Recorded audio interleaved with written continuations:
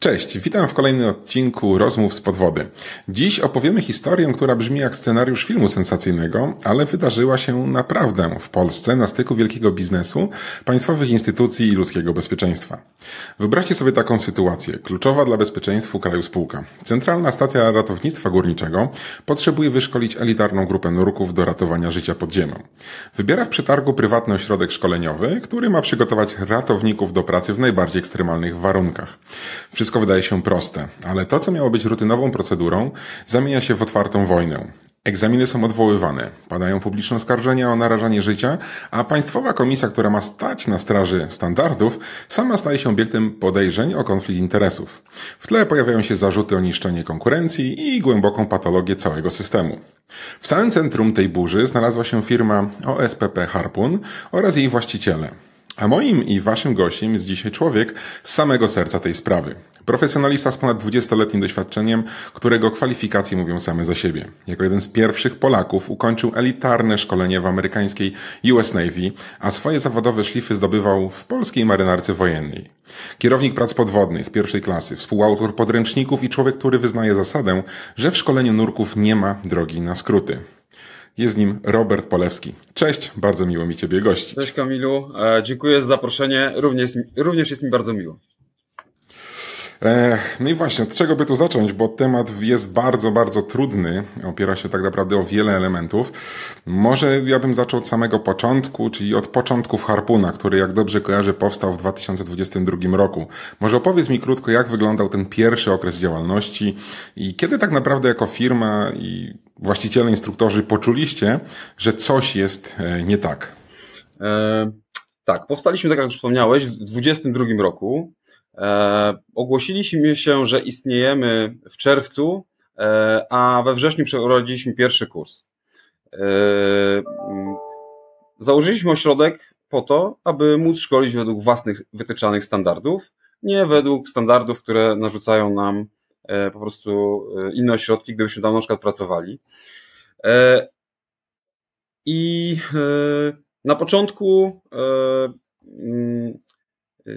wszystko przebiegało poprawnie w przypadku tego pierwszego kursu i pierwszego egzaminu. Natomiast w momencie, kiedy po kilku kolejnych miesiącach wystąpiliśmy o rozszerzenie uznania i zgodę na to, abyśmy mogli prowadzić kolejne kursy, zaczęły się, że tak powiem, przysłowiowe schody i zdaliśmy sobie sprawę, że nie jesteśmy traktowani na równi z innymi ośrodkami, a działania podejmowane ze strony Komisji Kwalifikacyjnej dla Nurków, reprezentowanej przez pana Golika i Bruskiego, czy Urzędu Morskiego w Gdyni, są wobec nas sprzeczne z tym, co mówi literalnie prawo.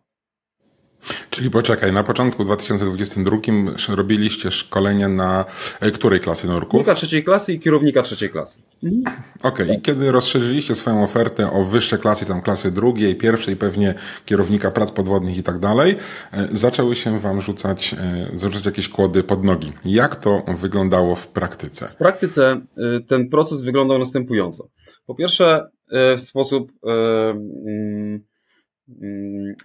były nieogłaszane bądź opóźniane znacznie egzaminy dla naszych kursantów. Tak?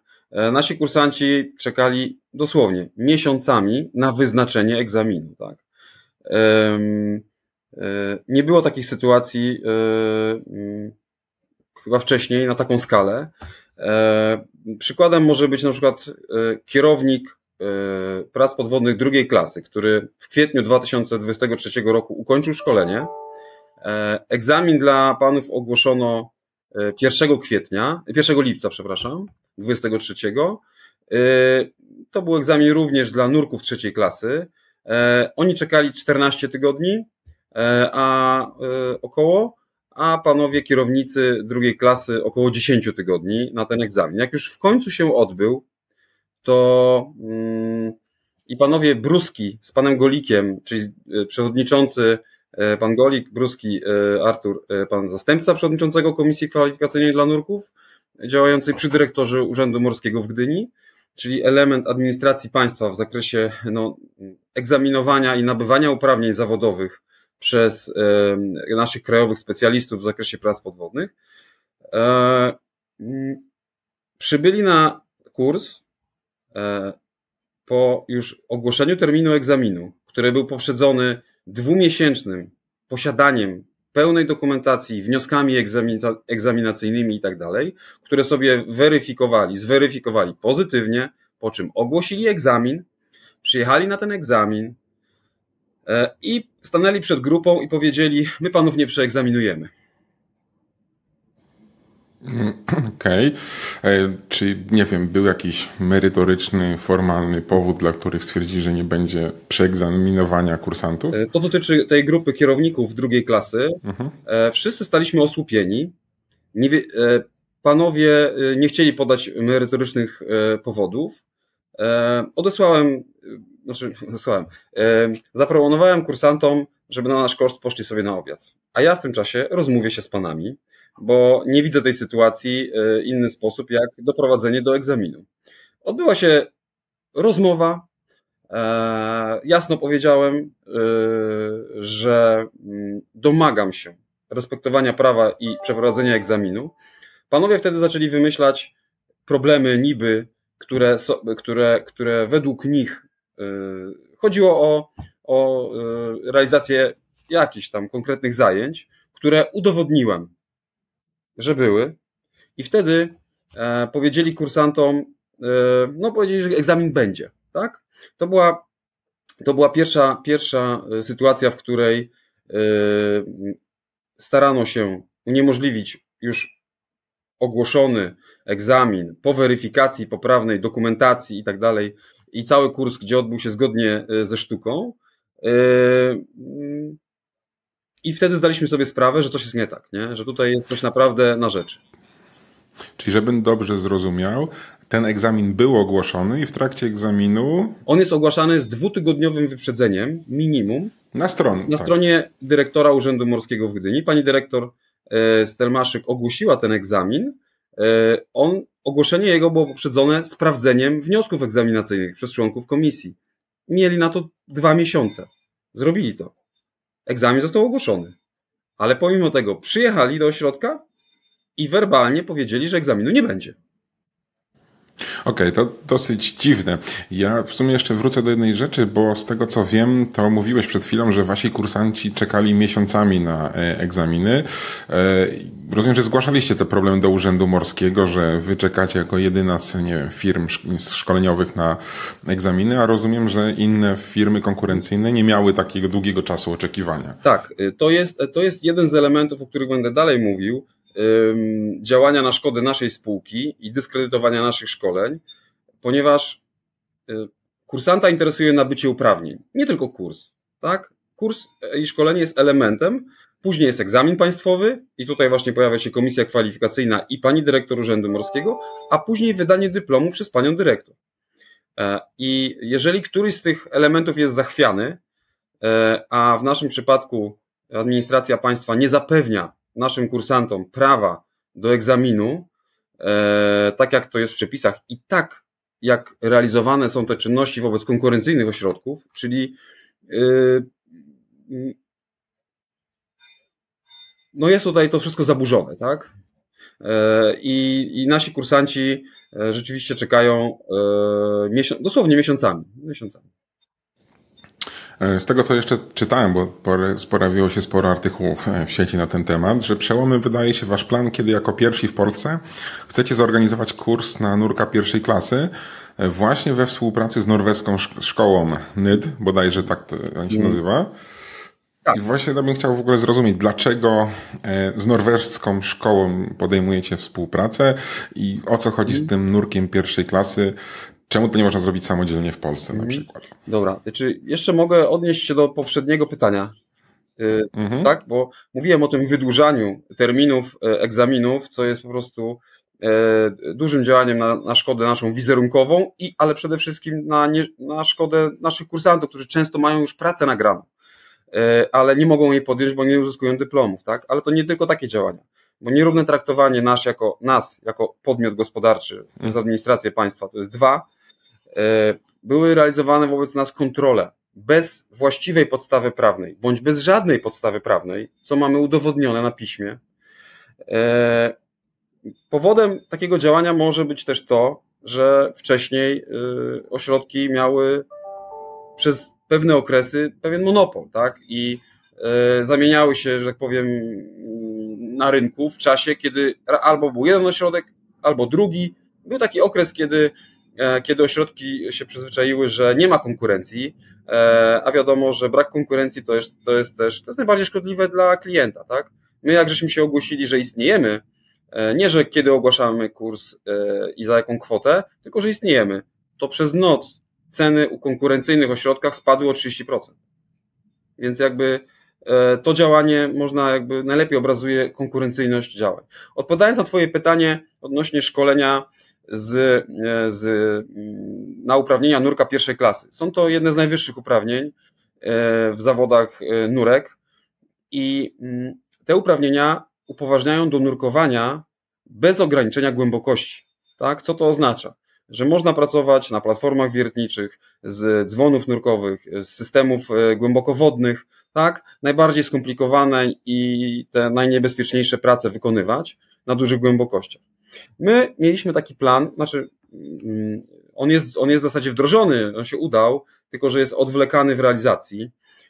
Podpisaliśmy umowę porozumienie w sprawie szkolenia z norweską szkołą NID z Oslo, która dzisiaj jest, można powiedzieć wprost, chyba najlepszą szkołą w Europie w zakresie szkolenia nurków zawodowych. Ona taki sprzęt posiada, tak? Ponieważ w Polsce... A jaki to jest sprzęt?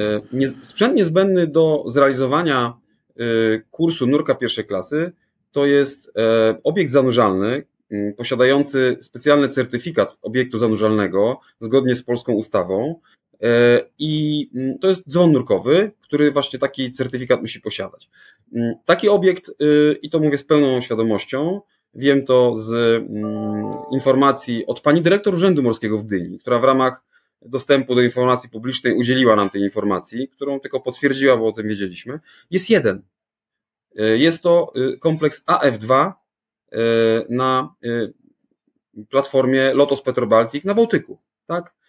I ten system nie podlega wynajmowaniu przez ośrodki szkoleniowe do szkoleń. To jest sprzęt firmy, która nim pracuje, tak? I my... Czyli poczekaj, czyli w Polsce jest jeden taki dzwon, który jest niezbędny do przeprowadzenia takich kursów i on należy do prywatnej firmy, którego po prostu codziennie używa do jakichś prac na swojej platformie. Firma państwowa, mówię, Lotos Petrobaltic i na tamtą chwilę, bo mówimy o tamtym okresie, o tamtym roku, był tylko i wyłącznie jeden taki obiekt, nie? Okej. I dlatego rozumiem, wy podpisujecie umowę z firmą NID, bo oni mają taki obiekt, który spełnia... Takie urządzenia, które pozwolą zrealizować to szkolenie. To szkolenie też musi być realizowane na wodach otwartych, tak? Też jest taki wymóg. Jest dużo obostrzeń, dużo wymogów do tego kursu. Zabezpieczenie medyczne chociażby na miejscu. Wiele elementów, które różni je, stawia na wyższym poziomie niż te do nurka drugiej klasy czy trzeciej klasy. Okej, ja rozumiem, że podpisując taką umowę ze współpracą pewnie musicie, nie wiem, wystąpić z jakimś, nie wiem, wnioskiem o to, że możecie prowadzić takie kursy? Tak. Wystąpiliśmy tutaj na początku 2024 z wnioskiem do pani dyrektor Urzędu Morskiego w Gdyni o danie nam uznania do tego typu szkoleń.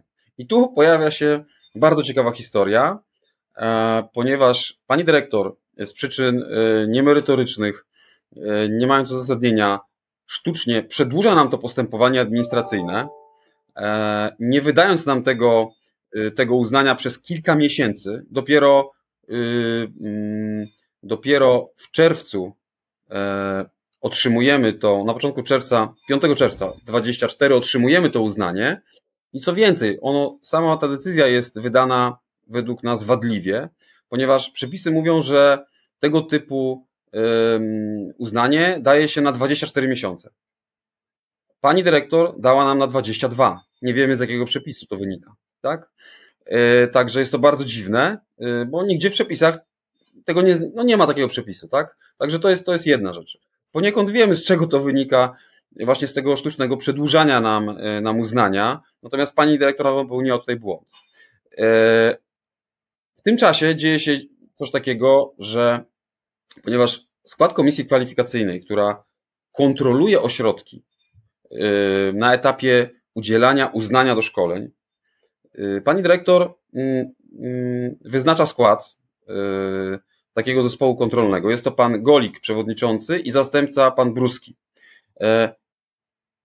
Kontrolują nasze dokumentacje, nasz ośrodek, przedłużają nam tą kontrolę.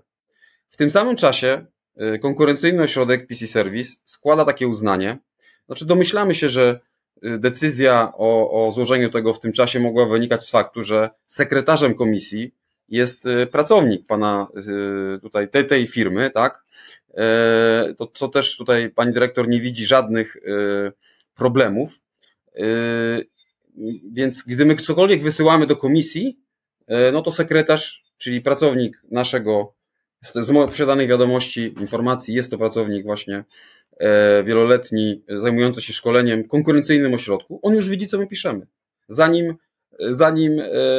pani dyrektor czasem ma możliwość zadziałania w naszej sprawie, to nasza konkurencja już wie, co my napisaliśmy, o co piszemy. Tak? Także spokojnie ma możliwość, żeby też wyprzedzać nasze ruchy. Ale pani dyrektor nie widzi w tym żadnego problemu, że w komisji zasiadają pracownicy różnych ośrodków. Natomiast co się dzieje? PC Service składa również wniosek o uznanie. Pani dyrektor wysyła tam pana Bruskiego i Golika.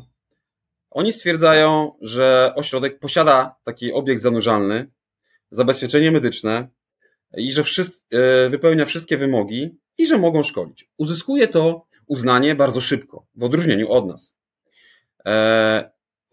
Na przełomie maja i czerwca, czyli w momencie, kiedy my jeszcze nie mamy uznania, bo dostajemy je dopiero 5 czerwca, ogłaszany i realizowany jest kurs nurka pierwszej klasy. Jako miejsce jest wskazane z posiadanych informacji z Urzędu Morskiego, z ogłoszeń, które Urząd Morski publikował, wynika, że kurs ten prowadzony był na Solinie.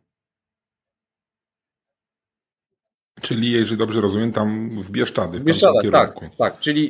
Czyli po pierwsze jest to akwen, który nie wiem, czy podlega pod definicję wód otwartych. Nie chcę się wypowiadać. No i wiemy, że w tym czasie jedyny taki obiekt był na środku Bałtyku, na platformie Lotos Better Baltic.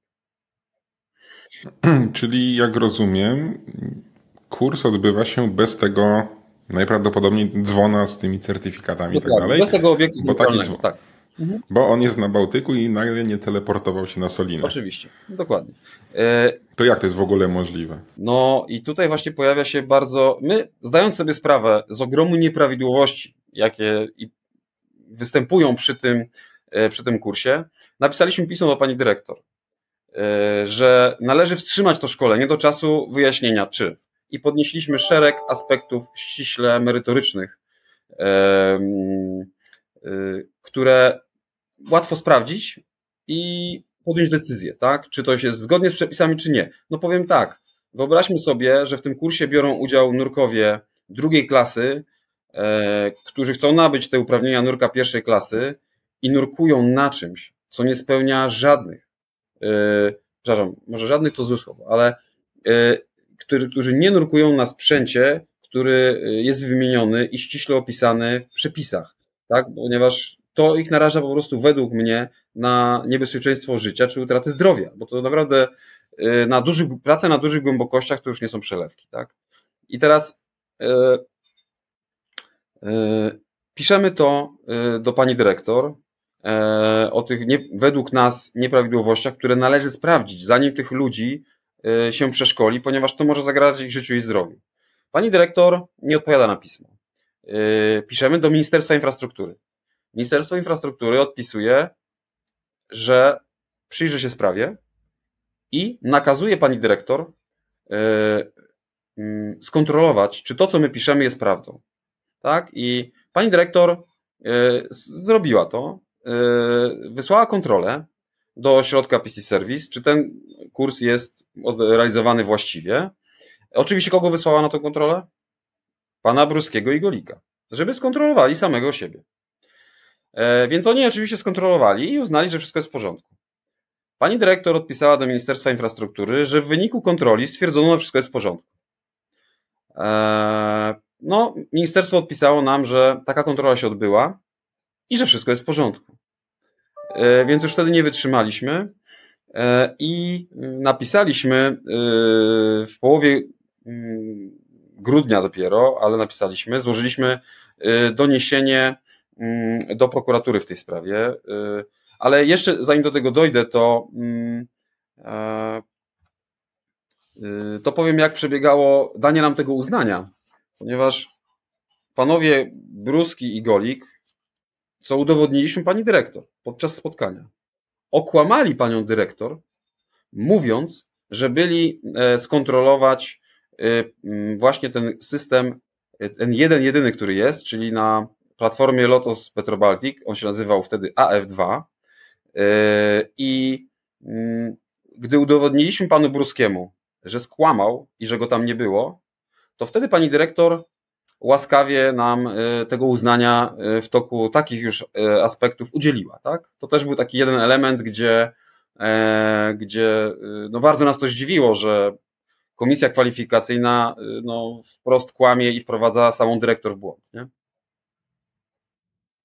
Znaczy, dla mnie to brzmi jak podręcznikowy jakiś układ i konflikt i interesów tak naprawdę, gdzie, jeżeli dobrze rozumiem, pracownicy konkurencyjnej firmy są jednocześnie, nie wiem, urzędnikami państwowymi, którzy kontrolują samych siebie i konkurencyjny ośrodek?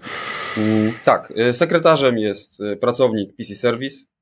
Pan zastępca przewodniczącego, pan Bruski, nie kryje się z tym. Wielokrotnie mamy na to dowody, przyznaje się do tego, że prowadzi kontakty biznesowe, łączą go z właścicielem PC Service.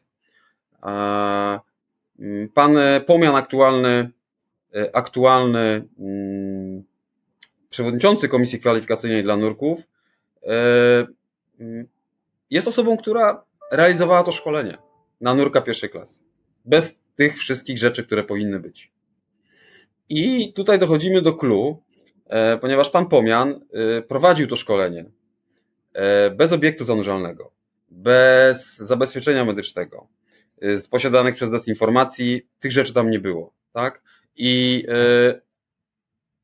z pełną świadomością, pomimo tych nieprawidłowości, co robi pan Pomian? Zapisuje się do Komisji Kwalifikacyjnej dla Nurków, żeby ktoś mógł przeprowadzić egzamin i uwiarygodnić i wydać dyplomy tym przeszkolonym przez samego pana Pomiana osób. Ponieważ gdy ci panowie składają wnioski egzaminacyjne, okazuje się, że są tylko 2 osoby w komisji, które są w stanie, ze względu na posiadane uprawnienia, przeegzaminować te osoby, a muszą być minimum 2 w składzie komisji. Gdy te wnioski trafiają do komisji, był jeszcze jeden członek komisji z uprawnieniami i gdy zobaczył te wnioski, zobaczył to szkolenie, to powiedział, że nie przeegzaminuje tych panów i wypisuje się z komisji. Złożył rezygnację, ponieważ nie chciał brać w tym udziału i wiedział, że to śmierdzi po prostu prokuraturą. Więc na pewno był problem, ponieważ nie było komu ich przeegzaminować. Więc kto się zapisał do tej komisji? Pan Pomian, ten, który ich szkolił. Przeegzaminował.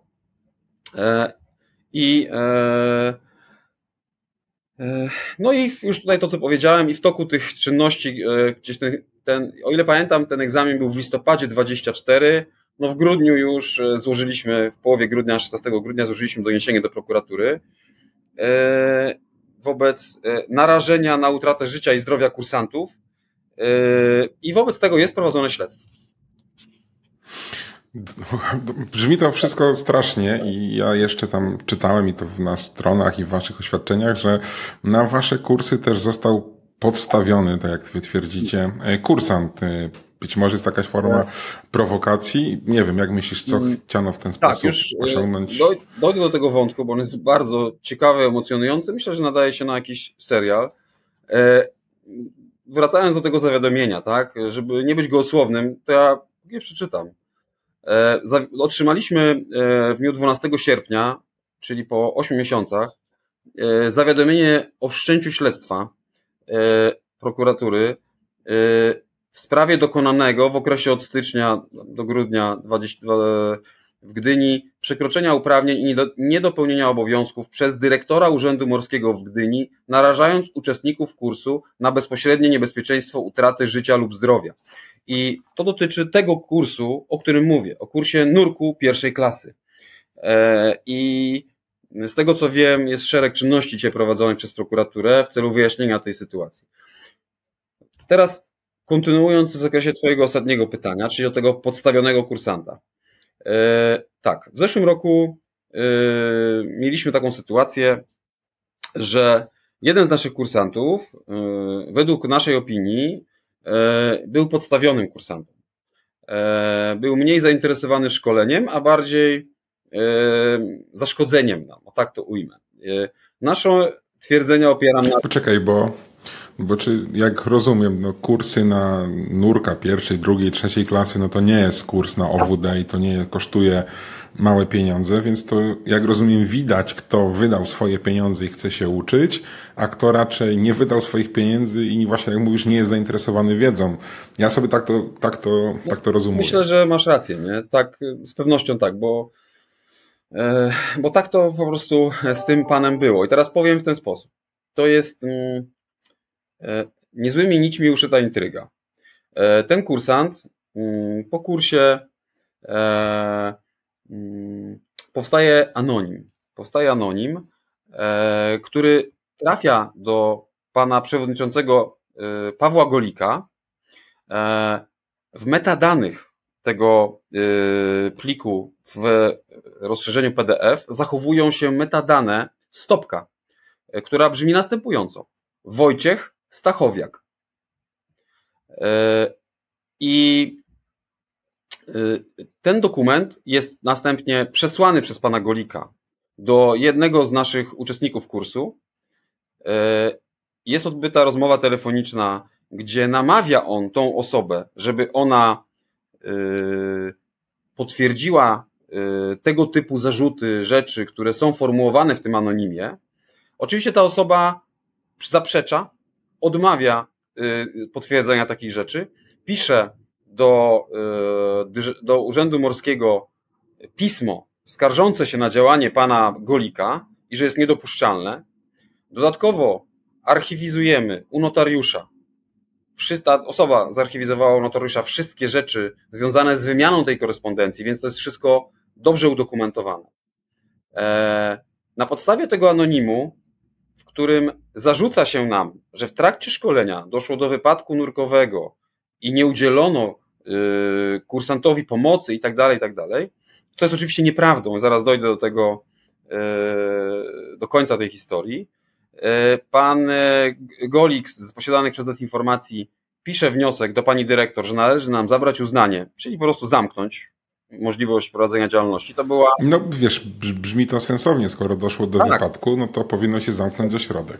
Do wyjaśnienia przynajmniej. No, tak. Dokładnie, tak. W przypadku, gdyby takie zagrożenie było i tak dalej. Natomiast nikt nie sprawdza, nie kontaktuje się z nami, czy to było, tak? I tak dalej. Pani dyrektor po jakimś czasie zarządza kontrolę, która też nic nie wykazała w tej materii, także była pozytywna. To poczekaj, bo mówisz, że doszło do wypadku. Co z poszkodowanym, skoro był wypadek? No i teraz clue. Pan Golik składa doniesienie do prokuratury czy na policję, tego nie wiem, ale składa doniesienie w rejonie, gdzie szkolimy, na jeziorze. Prokuratura wszczyna śledztwo czy postępowanie w sprawie, wzywa tego poszkodowanego do złożenia wyjaśnień, domniemanego poszkodowanego. On po prostu oniemiał, jak to usłyszał. Zaprzeczył, że takie coś w ogóle miało miejsce. Wszyscy kursanci, którzy byli na tym kursie, poza tym jednym, który był podstawionym i który był świadkiem ponoć w tej sprawie, twierdzą, że takie coś nie miało miejsca i nie zaszło. Także jedyną osobą, która twierdzi, że taki wypadek był, jest ten kursant podstawiony. Prokuratura, i tutaj też przeczytam postanowienie prokuratury o umorzeniu dochodzenia. To jest z 26 czerwca 2025. Postanowił umorzyć dochodzenie w sprawie zaistniałego w okresie 18 marzec 24 do 12 kwietnia 24 narażenia na bezpośrednie niebezpieczeństwo utraty życia lub zdrowia, działając na zasadzie wobec stwierdzenia, że czynu nie popełniono. Więc jakby dowody świadczą same za siebie. Ponoć poszkodowany kursant był bardzo zdziwiony, że był wypadek, bo go nie było. Także dochodzimy do pewnego poziomu absurdu. No i te rzeczy są finalnie jakby rozwiązane. My będziemy dochodzić jakby prawdy, w sensie będziemy skarżyć osoby, które świadomie kłamią, tak? Bo to nie można tego inaczej nazwać. Jest to walka nie dość, że z harpunem, z opinią o nas, ale po prostu no, jest to sprzeczne z przepisami prawa, tak? Finał jest taki, że pan Bruski, który jest zastępcą przewodniczącego, pomimo że wie, że wypadku nie było, pomimo że wie, że postanowienie prokuratura wydała, jakie wydała w tej kwestii, to udziela wywiadu w jednej z gazet tutaj niedawno, podtrzymując te kłamstwa. Nie? To też jest jakby i przypominam, pan Bruski, Artur, jest dalej zastępcą przewodniczącego Komisji Kwalifikacyjnej dla Nurków, czyli urzędnik państwowy, który wie, jakie są wyniki działań organów, które są uprawnione do sprawdzania takich rzeczy, tak? Ma jasno na piśmie, że nie było takiego czynu. Dalej formułuje tego typu zarzuty w gazecie i to jest w aspekcie kontroli, do której my się nawet jeszcze nie ustosunkowaliśmy. Także resztę można sobie dopowiedzieć samemu, nie? Ja jeszcze, wiesz co, wrócę do jednej rzeczy, bo mówi, że poszedł jakiś anonim, to ja rozumiem, to był mail, PDF i tak dalej. No ja całe życie siedzę w IT, więc wytrakowanie, kto jest nadawcą, a nie jest biegłym w IT, jest dosyć proste, ale rozumiem, że w metadanych pojawia się nazwisko Wojciech Stachowiak. Ja sobie szybko wrzuciłem w Google to imię i nazwisko i mi wyskoczyło PC Divers Service, czyli rozumiem konkurencyjna firma. Ja rozumiem, że to może być przypadek, tak, bo to nie jest jeszcze pewne, ale dziwnie to brzmi, powiem szczerze. Powiem tak, nie będę się na ten temat wypowiadał, natomiast mam nadzieję, że właściwe służby to zbadają. No wypada to zbadać, bo to brzmi dosyć naprawdę podejrzanie. Albo ktoś kogoś próbuje wrobić, albo no jest coś nie tak i faktycznie masz rację, niech się zajmą tym służby. Przejdźmy może teraz do tego słynnego szkolenia ratowników górniczych, Centralna Stacja Ratownictwa Górniczego, o którym pisały media, bo widziałem właśnie artykuł na Wirtualnej Polsce, że no taki ośrodek właśnie ratownictwa górniczego szuka firmy do przeszkolenia ratowników, nurków w kopalniach. Jak rozumiem po to, że jeżeli kopalnia się zawali, są jakieś restrykcje podwody, musi być nurek, tak, który uratuje pozostałych górników. Jest ogłaszany przetarg i w tym przetargu wasza firma Harpun, że tak powiem, wygrywa ten przetarg, tak? Jest to wszystko całkowicie legalnie, startujecie do przetargu. Jest to was, nie wiem, pierwszy, drugi przetarg? Jest to nasz pierwszy wygrany przetarg, tak. Okej, czyli wygrywacie go całkowicie legalnie, zaczyna się kurs i klasycznie po kursie powinien pojawić się, że tak powiem, egzamin, tak? No i z tego, co ja czytam w tym artykule i w waszym również oświadczeniu, egzamin jest blokowany, jest egzamin. Straszeni są kursanci, a nawet grożono obserwatorowi z ministerstwa. To też będziesz mi musiał powiedzieć, o jakim obserwatorze z ministerstwa mowa, bo do tej pory, jak rozumiem, egzamin przeprowadza komisja jakaś, a tu już pojawiają się obserwatorzy z ministerstwa. Powiedz mi, o co chodziło z tymi egzaminami i tak dalej. Okej. Czy opowiedzieć ci od początku, jak wyglądał ten kurs górników? Tak. Dobra. Od początku do egzaminu i skąd takie dziwne ogłaszany jest przetarg, wygrywamy go.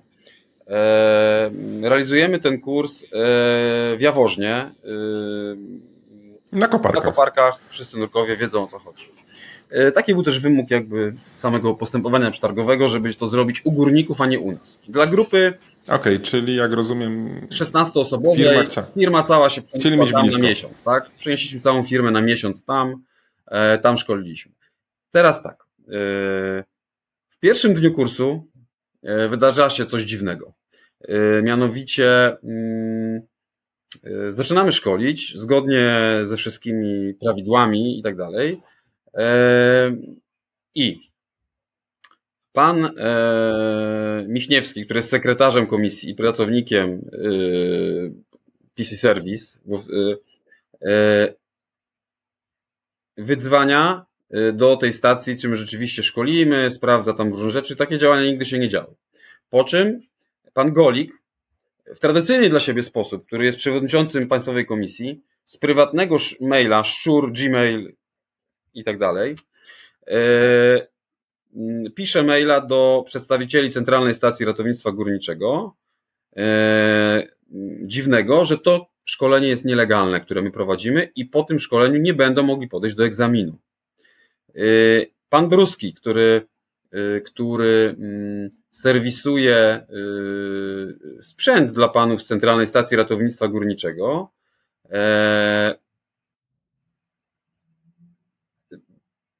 dzwoni po tych osobach, bo je zna. I mówi to samo, że dyskredytują ten ośrodek i mówiąc, że to jest nielegalne. Tak? A podpowiem, że szkolenie prowadzone jest przez ośrodek, który ma uznanie dyrektora Urzędu Morskiego w Gdyni, który ten dyrektor ogłosił to szkolenie, tak? Zaakceptował harmonogram, tak? I tak dalej, i tak dalej. Co się dzieje? My musimy wyjaśniać i przez cały tydzień jesteśmy w zasadzie na łączach z panią dyrektor Urzędu Morskiego i z Ministerstwem Infrastruktury, które musieliśmy prosić o interwencję w tej sprawie. Gdzieś chyba pod koniec dnia w czwartek zostajemy już po prostu telefonicznie przez urzędnika z ministerstwa przeproszeni za zaistniałą sytuację i zapewnieni, że wszystko się odbywa zgodnie z prawem, działajcie panowie, szkolcie i tak dalej.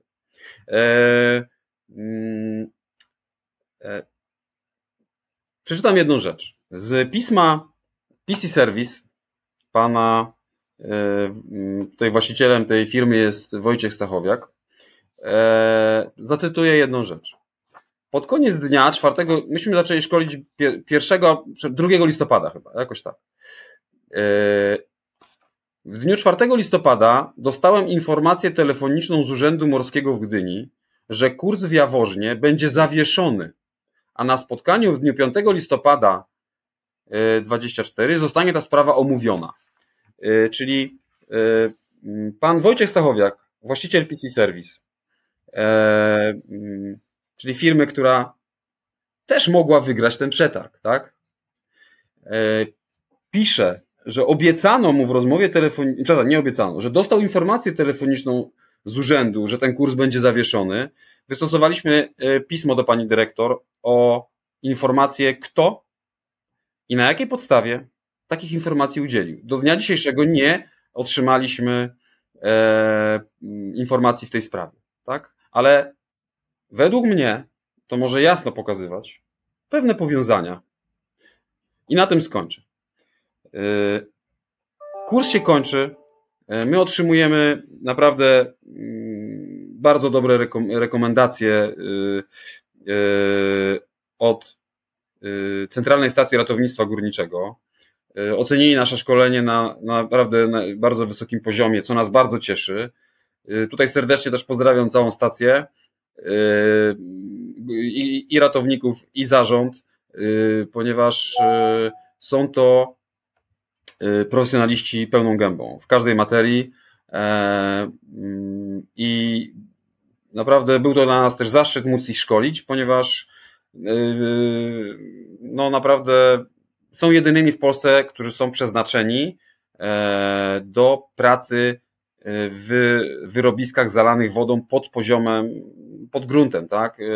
Gdzieś w kopalniach, wyrobiskach i tak dalej. I oni też są wpisani w system krajowego zarządzania kryzysowego i działań takich proratowniczych, więc jakby blokowanie nabycia przez nich uprawnień realnie obniżało zdolności ratownictwa w skali kraju, tak? I to jest bardzo wąska grupa specjalistów i nigdzie indziej w kraju oni nie występują, więc przez kilka miesięcy tak naprawdę było blokowane uzyskanie zdolności przez państwową spółkę, która ma w swym statucie i obowiązkach pełnienie takich dyżurów ratowniczych na ewentualność konieczności podjęcia działań pod powierzchnią gleby, ziemi, gruntu i tak dalej, do takich realnych działań. W tym czasie, kiedy im to blokowano bezprawnie przez dyrektora Urzędu Morskiego i Komisję Kwalifikacyjną, to było kilka wypadków w mediach, słychać o tym, górniczych, w których oni też brali udział. Na szczęście nie doszło tam do zalania wodą i nie musieli mieć konieczności wykorzystania sprzętu nurkowego, bo w tym momencie mogłoby być to już takie uniemożliwianie im nabycia uprawnień, no, przyczynkiem do tego, że ktoś na przykład nie uzyskał pomocy, a mógł. Nie? To brzmi naprawdę strasznie, bo to nie jest kurs na znowuż nurka rekreacyjnego, tylko to są poważne ekipy ratownicze, które, jak mówię, jak są zarządzanie kryzysowe, no to nie są przelewki tutaj. No brzmi to generalnie strasznie, ale mówisz jeszcze o tym, że straszono waszych kursantów i grożono obserwatorowi z ministerstwa. Na czym polega rola i skąd obserwator z ministerstwa? Już powiem. W tej całej sytuacji? Tak, kurs się kończy, składamy wnioski o egzamin. Pani dyrektor Urzędu Morskiego wyznacza komisję egzaminacyjną. Ten egzamin też odbywał się w Jaworznie. Przyjeżdżamy, my już wiedząc, że wokół tego kursu jest jak jest i że komisja jest nierzetelna wobec nas, stronnicza, nieobiektywna, nie zasiadają tam osoby bezstronne, które już udowodniły wielokrotnie, że są do nas negatywnie nastawione, to żądamy zgodnie z rozporządzeniem ministra infrastruktury w zakresie egzaminowania o wyznaczenie obserwatora. Tak? Okej, czyli to będzie taka niezależna osoba, która będzie patrzyła na was i na komisję, jak rozumiem. Pan minister przychylił się do naszego wniosku, wyznaczył 2 obserwatorów. Oni byli przedstawicielami innego urzędu w zakresie administracji morskiej, niezwiązani z Gdynią, tam gdzie jest urząd morski, który nadaje uprawnienia zawodowe, ale byli specjalistami w swoich dziedzinach i znali się na sprawach nurkowych. I co się dzieje? Jest godzina 10, jest ten egzamin, wszyscy przybyli. Obserwatorzy, my jako ośrodek i kursanci. I co się okazało? Że komisja nie przyjechała. Nie stawili się. Znaczy, ci, co mieli egzaminować, nie przyjechali. Tak, pan Dariusz Michniewski, który jest pracownikiem PC Service z posiadanych przeze mnie informacji i sekretarzem komisji, był wyznaczony jako członek komisji. Nie przyjechał. Nie wiem, czy to zbieg okoliczności akurat, nie? Pan Jacek Serwa, który również był wyznaczony jako członek komisji, odebrał od nas telefon, dlaczego go tu nie ma. Powiedział w rozmowie telefonicznej tam na bieżąco, a on to w ogóle źle się poczuł i idzie do lekarza. A w ogóle to ten egzamin nie powinien się odbyć. I się rozłączył. Czyli rozumiem, egzamin państwowy. To jest państwowy egzamin, do którego pani dyrektor wyznaczyła członków. Tak? Dobrze, ten egzamin się nie odbył. Myśmy ponieśli duże straty finansowe, ponieważ musieliśmy przewieźć całą bazę prac podwodnych znowu z Gdyni do Jaworzna. Ogólnie 3 dni pracy, duże koszty. Nikt nam za to nie zwrócił. Co się dzieje później? Pani dyrektor sukcesywnie odmawia ogłoszenia egzaminu. Powiem jeszcze tak. Jak już ze strony pani dyrektor odmawiane było ogłoszenie egzaminu dla prawidłowo przeszkolonych i zweryfikowanych wniosków, które no były i były prawidłowe, ja już pewnego razu nie wytrzymałem i po prostu usiadłem u pani dyrektor przed biurem, przed kancelarią i powiedziałem, że w sekretariacie, że nie wyjdę, dopóki nie porozmawiam. Po jakimś czasie pani dyrektor mnie przyjęła, tam było jeszcze 2 innych pracowników urzędu i jakby w toku rozmowy, już o szczegółach nie będę się rozwijał, ale w toku rozmowy pani dyrektor powiedziała w pewnym momencie, no tak, ale wie pan, panie Robercie, a podda się pan jeszcze kontroli? Ja mówię, jakiej kontroli? No takiej byśmy coś chcieli sprawdzić. Ja mówię, ale co chcecie sprawdzić? Nie? I mówię, to dzienniki prac podwodnych, dokumentację kursu, coś, co wybiega poza normalne rzeczy, bo tego się nie robi, tak? Przed egzaminami egzaminuje się na podstawie wniosków i zaświadczeń, zgodnie z przepisami prawa. i pani dyrektor zażądała ode mnie kontroli nie wynikającej z przepisów prawa. Ja mówię, pani dyrektor, ale z czego ona wynika, ta kontrola? No z niczego. Ja mówię, czyli chce pani, żebym się poddał kontroli kolejnej już, która jest bez podstawy prawnej, bez żadnego umotywowania, nie wynika z niczego. I zadałem pani pytanie takie. Dobrze, ja jestem skłonny się poddać tej kontroli, bo nie mam nic do ukrycia, ale mam jeden warunek. Jeżeli ja się poddam tej kontroli i nie będzie żadnej uwagi, to czy pani mi obieca, że pani ten egzamin ogłosi? Tak, obiecuję. Poddałem się na drugi dzień tej kontroli. Przeczytam sobie, kto kontrolował ten kurs górników z ramienia Komisji Kwalifikacyjnej dla Nurków. Pan Pomian, aktualny przewodniczący. Czyli ten, który dzisiaj w analogicznym kursie, który był prowadzony w identyczny sposób, zarzuca nam szereg nieprawidłowości. O tym będę mówił później. Ale co pan Pomian wtedy stwierdził? Pan Jerzy Pomian potwierdza, to jest protokół z sprawdzenia z tych czynności kontrolnych tego kursu górników, tak? Jest to notatka, protokół, przepraszam. Jest to protokół z 11 grudnia 24, podpisany przez pana Pomiana. Pan Jerzy Pomian potwierdza, że zapisy zawarte w obu dziennikach w zakresie głębokości oraz czasu są zgodne z wymaganiami rozporządzenia ministra infrastruktury w sprawie szkolenia i egzaminowania. Maksymalna głębokość zapisana w dzienniku wynoszą 19 metrów. I na tej podstawie pozytywnej kontroli pani dyrektor obiecała ogłoszenie egzaminu, czego nie zrobiła. Natomiast ogłosiła bardzo ciekawe treść komunikatu na swojej stronie, który brzmiał, już teraz go nie przytoczę co do słowa, ale brzmiał w ten sposób, że ona nie widzi podstaw prawnych, że nic nie stoi na przeszkodzie, żeby egzamin się odbył z punktu widzenia formalno-prawnego, ale egzaminu dla harpuna nie będzie ogłaszany. Czyli nie, bo nie, krótko mówiąc. Tak, nie, bo nie. A powiedz mi, jeżeli miał się odbyć egzamin, egzaminatorzy nie przyjechali, rozumiem... Byli tam obserwatorzy z ministerstwa. Tak, i oni jakąś notatkę pewnie zostawili. Wysłali do ministra na pewno. Ja tej notatki oczywiście nie widziałem, ale wiem, że wysłali. Z informacji od nich to wiem. Kolejny krok to był taki, to było wiele pism, wiele z naszej strony starań się, żeby ten egzamin się odbył. Ogłoszono egzamin. Czyli w końcu ogłoszono egzamin dla tych ratowników górniczych. Dokładnie, kolejny już, drugi termin egzaminu po de facto interwencji obserwatorów z ministerstwa. Tak? Czyli pani dyrektor i komisja czuli nacisk i dlatego ogłosili ten egzamin. Ten egzamin był ogłoszony na dzień 14 lutego 25, czyli to już mijają prawie 3 miesiące, 2,5 miesiąca od kursu. Tak? Już czekają górnicy 2,5 miesiąca. Ten egzamin jest ogłaszany. Tym razem odbywa się u nas, tutaj pod Trójmiastem w Baninie. Czyli to teraz górnicy do was muszą Dokładnie. przyjechać. Górnicy jakby wynajęli, musieli przyjechać tutaj, ich było kilkunastu łącznie z wszystkich.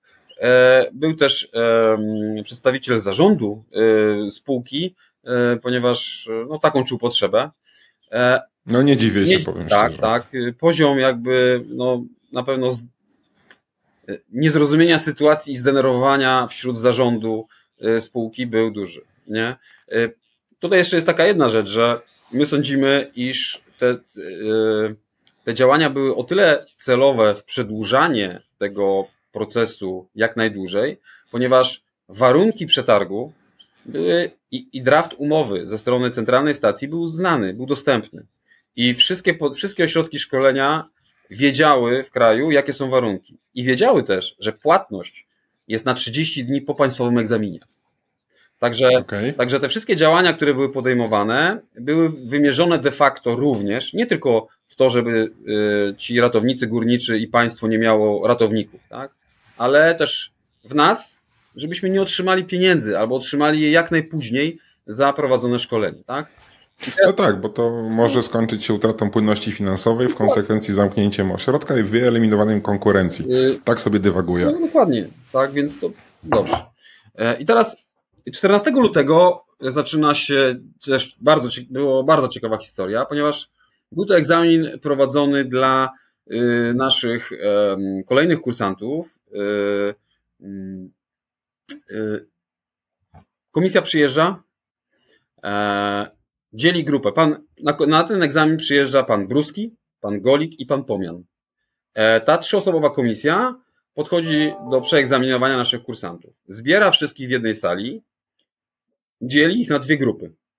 Grupa pierwsza to są jedna grupa nurków, grupa druga to jest grupa z Centralnej Stacji Ratownictwa Górniczego. Ja już czułem pismo nosem, o co chodzi.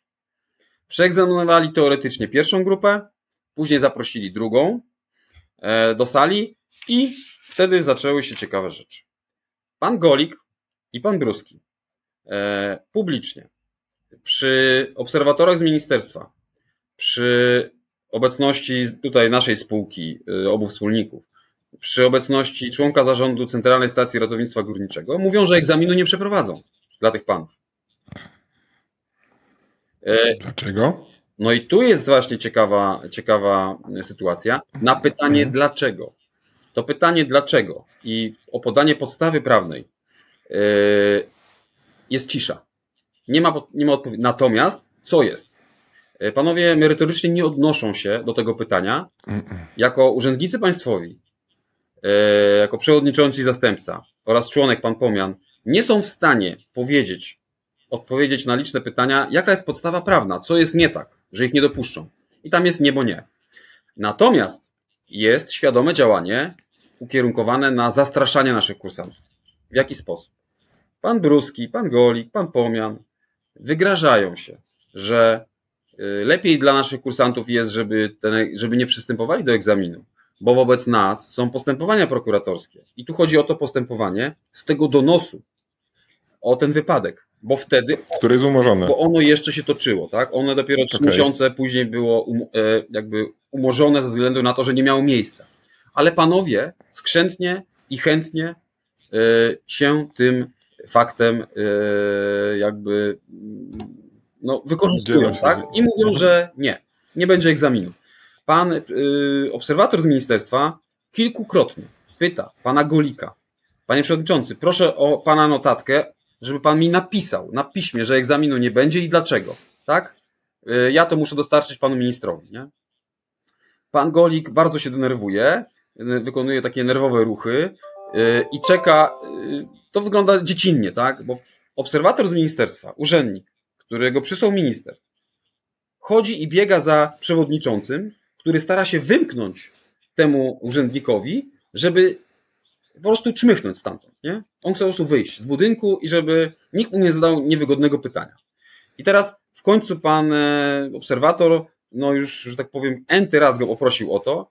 I co pan Golik, już wtedy chyba poniosły go emocje, powiedział. Znaczy, nie będę cytował tej wypowiedzi, natomiast są na to świadkowie. Kierował groźby karalne w stosunku do tego obserwatora. Ten obserwator oniemiał i po tym egzaminie udał się do organów, gdzie złożył doniesienie o możliwości popełnienia przestępstwa przez pana Golika, przewodniczącego Państwowej Komisji Egzaminacyjnej, który w trakcie egzaminu państwowego kierował pod adresem nadzorującego go innego urzędnika groźby karalne. A jeszcze to jedna brzmi absurdalnie. Absurdalnie, ale to się wydarzyło i to są fakty. Jeszcze jedna rzecz. Panowie, kiedy byli w sali z tymi górnikami, mówię tutaj o komisji kwalifikacyjnej, czyli tych 3 panach, prowadzili na bieżąco, w toku,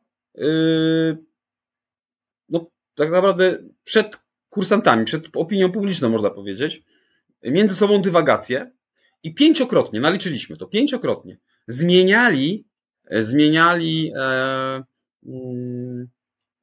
zdanie co do tego, czy ich przeegzaminować, czy nie przeegzaminować. Przeegzaminować, nie przeegzaminować.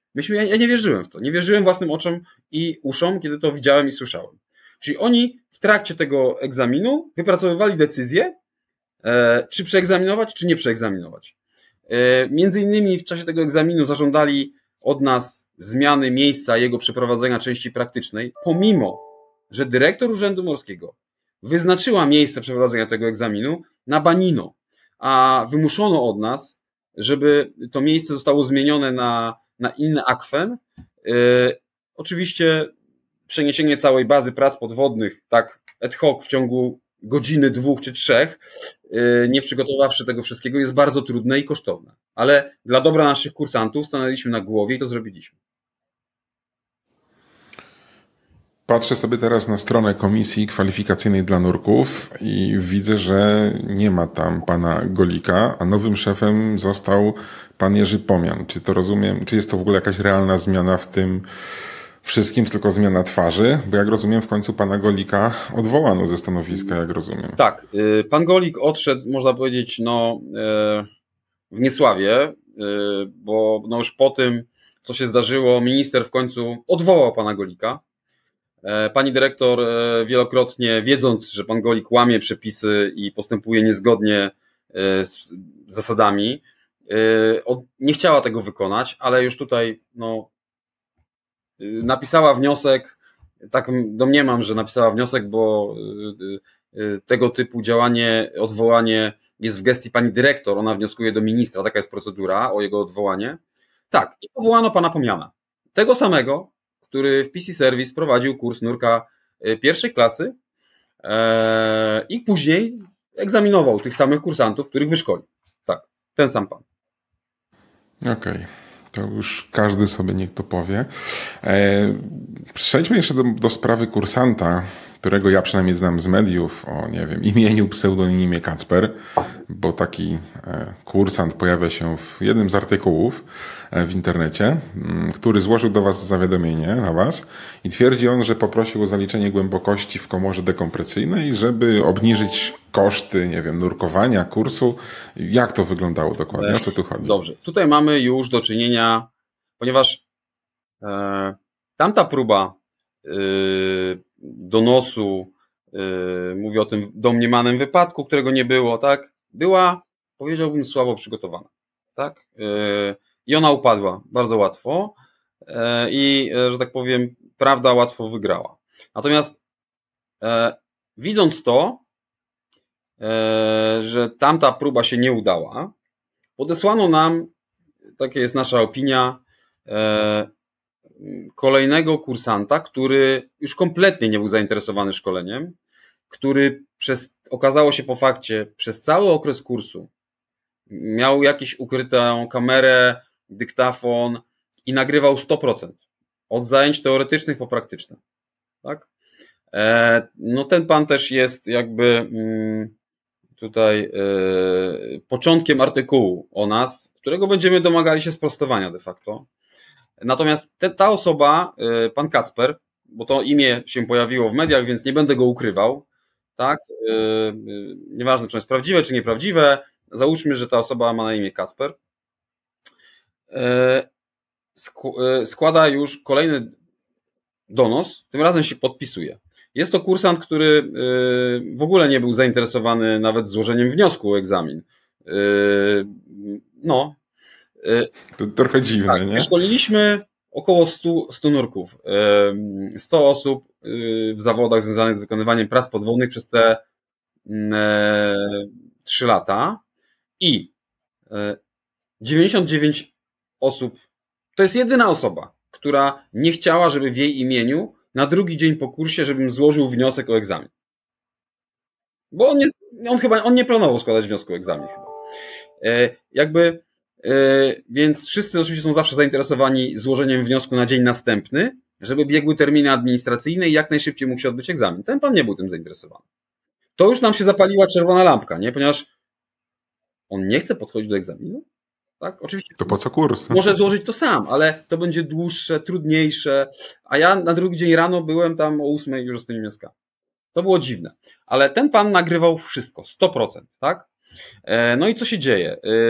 Ten pan składa jakieś doniesienie. My jego treści nie znamy. Na jego podstawie pani dyrektor zarządza w naszym ośrodku kontrolę w stosunku do kursu czerwcowego kierownika prac podwodnych trzeciej klasy, nurka trzeciej klasy oraz rozszerza tą kontrolę nie wiadomo z jakich przyczyn o 2 inne kursy z marca. Nurka trzeciej i kierownika trzeciej klasy. Nie wiemy dlaczego, na jakiej podstawie.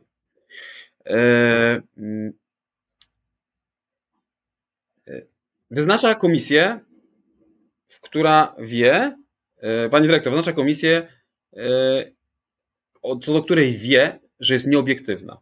Tak? Po pierwsze, jest tam pan Pomian, który pracował dla konkurencyjnego ośrodka. Jest tam pan Serwa, Jacek, który publicznie oskarża mnie, że z mojego powodu utracił pracę i z mojego powodu pracodawca jego uważa go za alkoholika. To jest cytat. Tak? Oczywiście ja mu nigdy nie stracił pracy przeze mnie, to jest po prostu pomówienie. Jest wręcz, nawet bym powiedział, przeciwnie, ale dobrze. I teraz ta osoba też nie stawiła się na egzamin, odmówiła pomimo wyznaczenia do egzaminu i pani taki skład komisji wyznacza, pani dyrektor, do naszej kontroli. Panowie przyjeżdżają, to jest też bardzo dziwna sprawa, przyjeżdżają w momencie, kiedy już jest wyznaczony termin egzaminu nurka 3. klasy z marca, kierownika 3. klasy z marca. Panowie czekają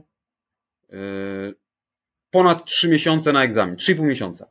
Czyli znowu widzimy, że jest ta sama taktyka. Odwlekamy egzaminy w Harpunie na ile się da, Harpun traci wiarygodność, będzie miał mniej klientów, nawet jeśli dobrze szkolą. Ponieważ co? Rozchodzi się w środowisku, że po kursach w Harpunie nie ma egzaminów. I o to chodziło. Dla tych osób de facto pani dyrektor odwołuje egzamin. I tutaj powiem o kursie kierownika 3. klasy z marca. Czekają 3,5 miesiąca. Pani dyrektor odwołuje egzamin dla nich z kilkunastogodzinnym wyprzedzeniem. Co to oznacza? Nasi kursanci, którzy jechali, jeden kursant to też jest funkcjonariusz Państwowej Straży Pożarnej. Też służy państwu jako specjalista w zakresie prac podwodnych. On przyjechał z Lublina, wiadomo, dzień wcześniej i dowiedział się tu na miejscu, że nie ma egzaminu, na przykład. Tak? To tego typu przypadki. I teraz co się dzieje? Egzamin jest odwołany. Pan Pomian w czasie kontroli z panem Serwą mówią, że po tam 2-3 dniach, że egzamin musi być odwołany, ponieważ wykryli poważne nieprawidłowości na kursie kierownika 3. klasy. Tak? To był 9-10 lipiec. Egzamin miał być 15 lipca. 14 lipca odwołano egzamin. 22 sierpnia powstał protokół, który nam był przekazany, już powiem, 17 września. Tak? 17 września otrzymaliśmy protokół. My jesteśmy w trakcie odnoszenia się do jego treści.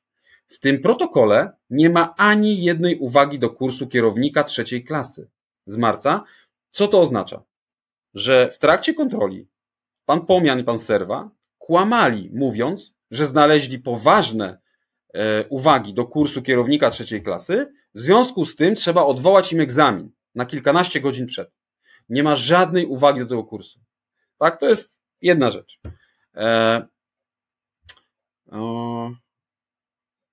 Protokół i sprawozdanie i karty niezgodności z tej kontroli otrzymaliśmy, tak jak mówię, 6 dni temu, czyli 17 września. Do jutra ustosunkujemy się zgodnie z przysługującym nam 7-dniowym terminem do jego treści, ale mogę powiedzieć tak. Są tam liczne kłamstwa pana Pomiana i pana Serwy, które na pewno swoje konsekwencje prawne znajdą.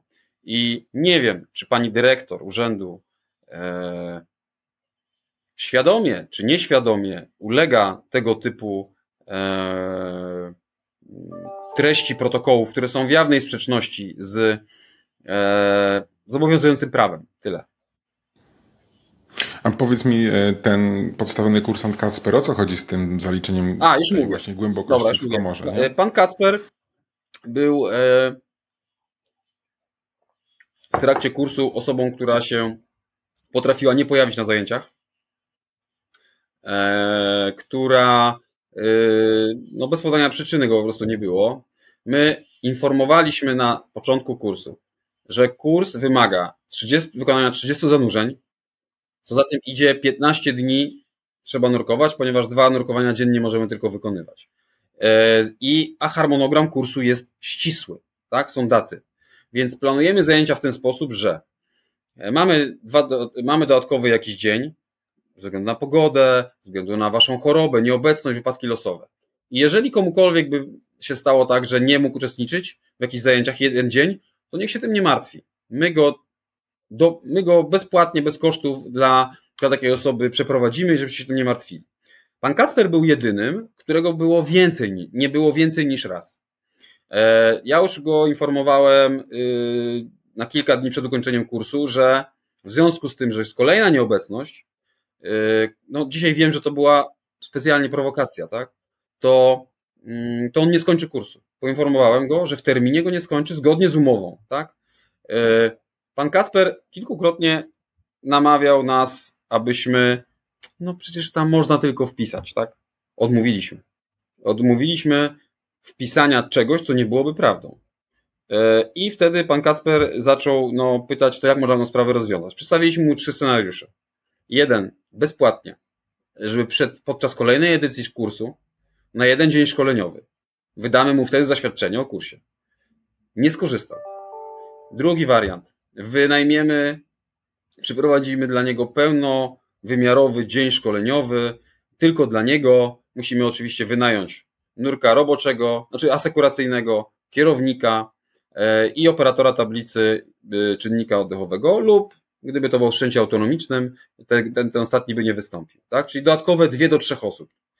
Plus sprzęt, plus przewiezienie tego na 40 czy tam 50 km nad jezioro, powrót i tak dalej. Rozwinięcie bazy dla niego. Też nie skorzystał. Ale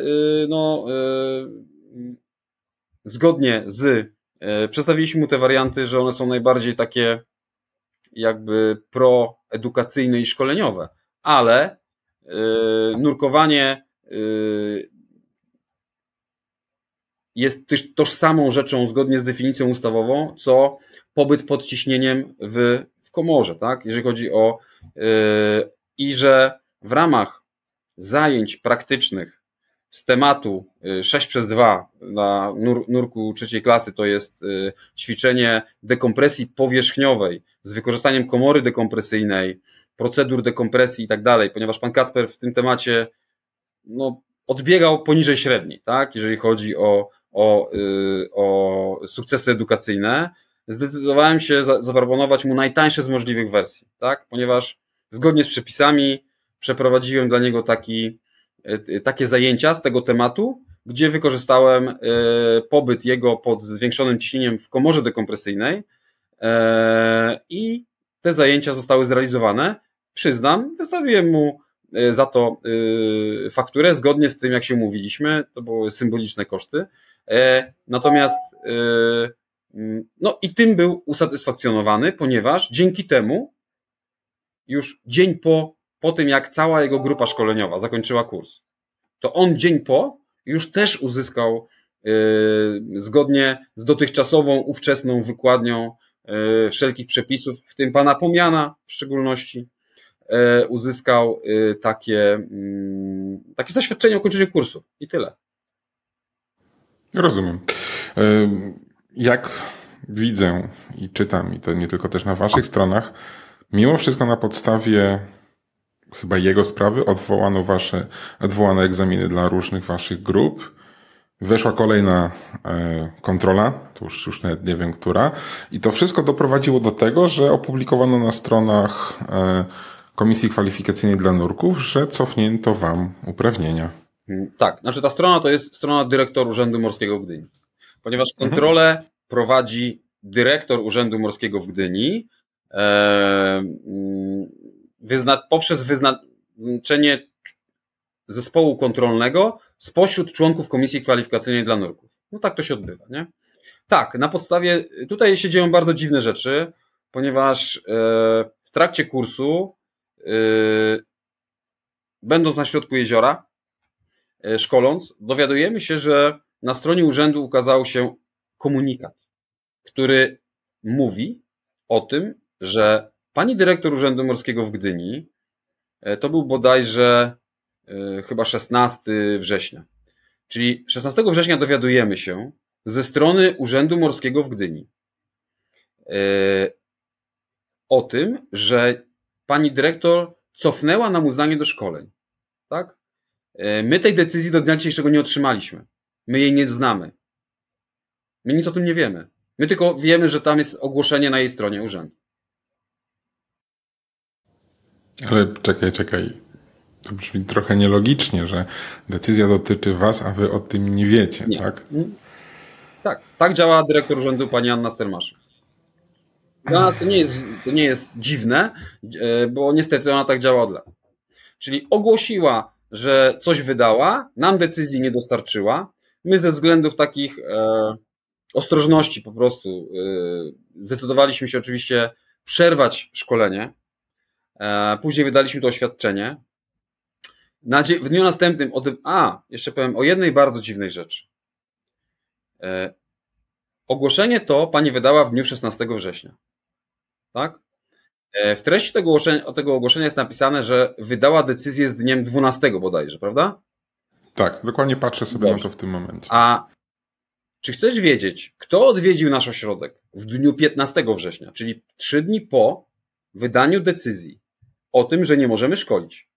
I był fizycznie u nas w ośrodku i widział szkolenie nurkowe. Stał obok ekipy nurkowej. I widział, że szkolenie się odbywa. Zgadnij kto. No zaskocz mnie. Pan Pomian. Czyli widział, nie zająknął się słowem, że jest jakaś decyzja, która nam zakazuje szkolenia i wyjechał. W dniu następnym, dopiero jak byliśmy na jeziorze szkoląc, okazało się, że ktoś nam podesłał takiego print screena ze strony urzędu i stąd się dowiedzieliśmy. Czytam sobie w tej decyzji, że cofnięto wam uznanie na przeprowadzanie szkoleń na uprawnienia nurka 3. klasy. Jak ja to rozumiem, na nurka 2., 1. i po innych, że tak powiem, klas możecie szkolić. Oczywiście. Natomiast nie na nurka 3. klasy, czyli taki jakby ten pierwszy nurek prac podwodnych, który dopiero rozpoczyna karierę, najbardziej powszechny i potrzebny kurs. Tak. Ten kurs, nie ukrywamy, że jest najbardziej dochodowy, ponieważ te kursy realizujemy 3 razy w roku. Na nie jest najwięcej chętnych, więc wybicie jakby tych klientów, tych kursantów na tym etapie ma swoje reperkusje na kolejnych stopniach edukacji nurkowej, tak? Ale szkolimy w pozostałym zakresie. Teraz w październiku rozpoczynamy 6. kurs operatora systemów nurkowych. Są jeszcze miejsca tak przy okazji. Serdecznie zapraszam, będzie kolejny materiał, mam nadzieję. Na sam koniec, wasza historia to w sumie dziwne połączenie troszeczkę biznesu z urzędniczo-konkurencyjnym układem. Ja tak to sobie z boku widzę. Rozumiem, że czeka was dosyć mocna batalia. Musicie sprostować parę pewnie artykułów gdzieś w internecie, które się pojawiły na niektórych portalach. Powiem szczerze, że ja będąc troszeczkę laikiem w tych tematach, ale czytając sobie niektóre rzeczy, sam widzę duże nieprawidłowości w tych artykułach, które nie mają poparcia w tym, co jest faktem i co widać gdzieś na innych stronach. I tak naprawdę wy zamiast skupić się na szkoleniu, i to bardzo ważnej klasy nurków, zajmujecie się głupią papierologią i walką być może z jakimś dziwnym układem. Tak, to zamiast zająć się naprawdę fajnymi tematami w zakresie szkolenia, ponieważ mamy dużo pomysłów, tak? Mamy, czy to jeśli chodzi o naszych wykładowców, którzy są autorytetami w danych dziedzinach na skalę kraju, czy właśnie podpisywanie umów z zagranicznymi podmiotami, gdzie można realizować rzeczy, które w Polsce technicznie są niemożliwe. Podwyższanie jakości, piszemy podręczniki i tak dalej. Nasza praca jest odciągana, tak. Skupia się niestety na walce z systemem, na tym, żeby prawo było respektowane wobec wszystkich i żeby nasi kursanci nie byli poszkodowani, nie? Więc jakby na pewno żal do administracji państwa jest ogromny. Już nie mówimy tutaj personalnie o pani dyrektor, która ewidentnie stara się nas po prostu wymazać z rynku, czy panów Golika, Bruskiego, Pomiana, Serwę, czy Michniewskiego, członków komisji, którzy ja już nie będę mówił. Natomiast jest wiele też błędów systemowych, tak? Bo ustawa tworzy taki twór, komisję kwalifikacyjną dla nurków, która działa przy dyrektorze Urzędu Morskiego w Gdyni. Powiem tak, byłem zastępcą przewodniczącego tej komisji, a mój wspólnik przewodniczący. I sami wiemy, jakie tam są problemy. Usytuowanie prawne tej komisji jest bardzo wadliwe, ponieważ zarówno pani dyrektor nie chce się przyznać, że ta komisja jest jej. Powiem nawet tak. Wnioski egzaminacyjne składa się do komisji kwalifikacyjnej. Tak? Ona je weryfikuje i tak dalej. Opłatę za egzamin wnosi się do Urzędu Morskiego, na konto Urzędu Morskiego. I jak ja idę z plikiem dokumentów moich kursantów do okienka w Urzędzie Morskim, to wyobraź sobie taką sytuację. Przychodzi pani odebrać te dokumenty, czy pan, i przekonują mnie, czy ja bym nie mógł tego wysłać pocztą albo ePUAP-em. To jest pierwsze primo, gdzie taki kursant już zmaga się z machiną, gdzie ciężko jest mu to zrozumieć. On jeszcze nie jest kursantem, nie nurkiem. On chce nim zostać, ale on już widzi, że tu coś nie działa. To jest raz. Druga rzecz, że ta komisja nie ma budżetu, nie ma etatów.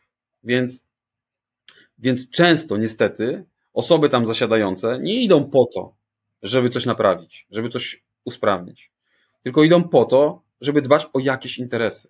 Jakieś interesy.